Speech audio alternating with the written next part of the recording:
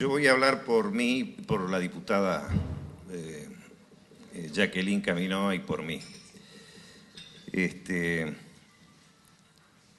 Se me ocurre decir en primer lugar que, como decía el doctor Peludo Di Filippo, pareciera ser que la realidad va por una parte y la ley y la Constitución va por otro lado. Y esto es cierto, esto que dijo no son mentiras. Bueno, por lo menos me va a quedar a mí la satisfacción, si es que cabe la expresión, el día que me vuelvo a mi casa, que en esta tarea intenté por lo menos enmarcarnos en lo que, según mi interpretación, es lo que correspondía hacer en nuestras decisiones dentro del contexto de la ley y de la Constitución. Me parece en lo personal muy bien que Jerónimo García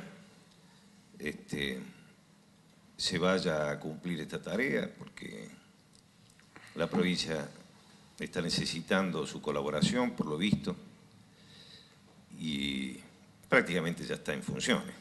O sea, nosotros estamos acá cumpliendo con una formalidad, pero bueno, por lo menos las fotos lo muestran todos los días ya en otro lugar. Es una suerte que lo tengamos hoy acá. Pero debo hacer algunas consideraciones. A mí me parece que esta autorización no corresponde, por varias circunstancias. En primer lugar, porque el artículo 126 de la Constitución, cuando habla de incompatibilidades, habla en términos generales.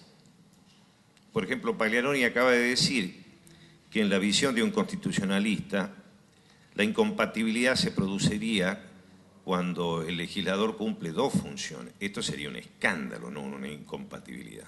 Es decir, un tipo que se sienta en la banca de diputados y después se va al Ejecutivo a atender un ministerio, entra en el terreno de la irracionalidad. El tema es cómo interpretar la incompatibilidad.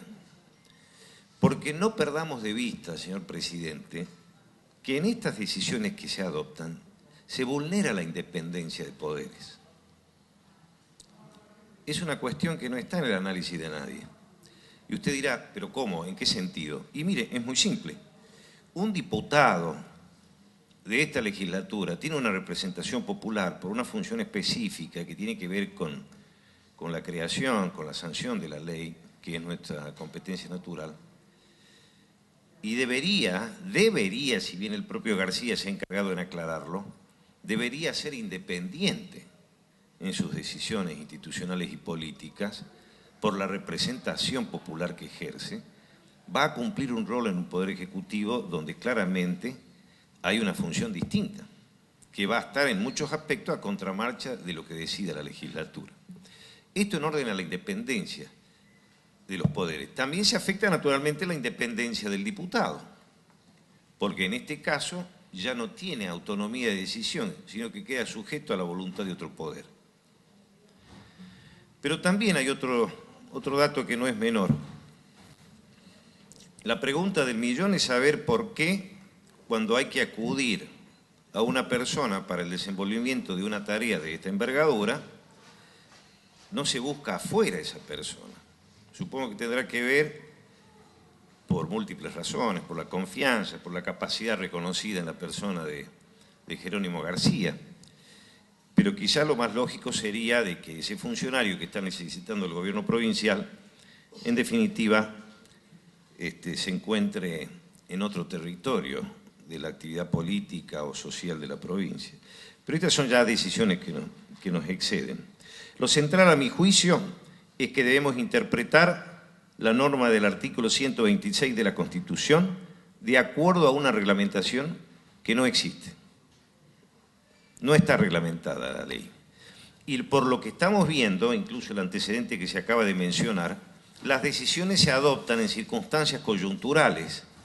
Cuando hay una decisión política, como ahora, de generar un cambio, se somete al cuerpo a que por vía de la mayoría parlamentaria decida si es viable o no, cuando esto debería estar reglamentado.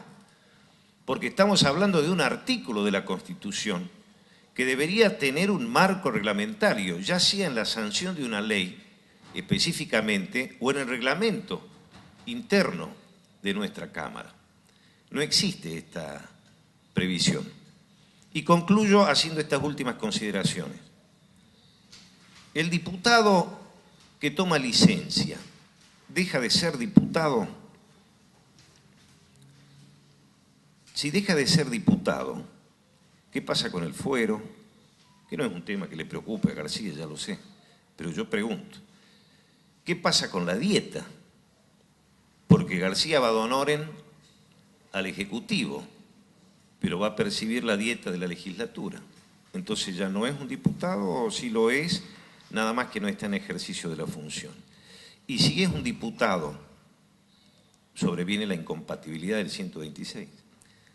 Estas son las consideraciones que hay que poner sobre la mesa, y estos son los fundamentos de la postura de esta parte de nuestro bloque que vengo a expresar aquí. Independientemente de esto, de esta abstención, por supuesto, nos vemos a menudo con el diputado García, una persona con mucha autoridad y que a mí, por supuesto, me ha sometido religiosamente a su voluntad, ¿no? Bueno, eso es todo.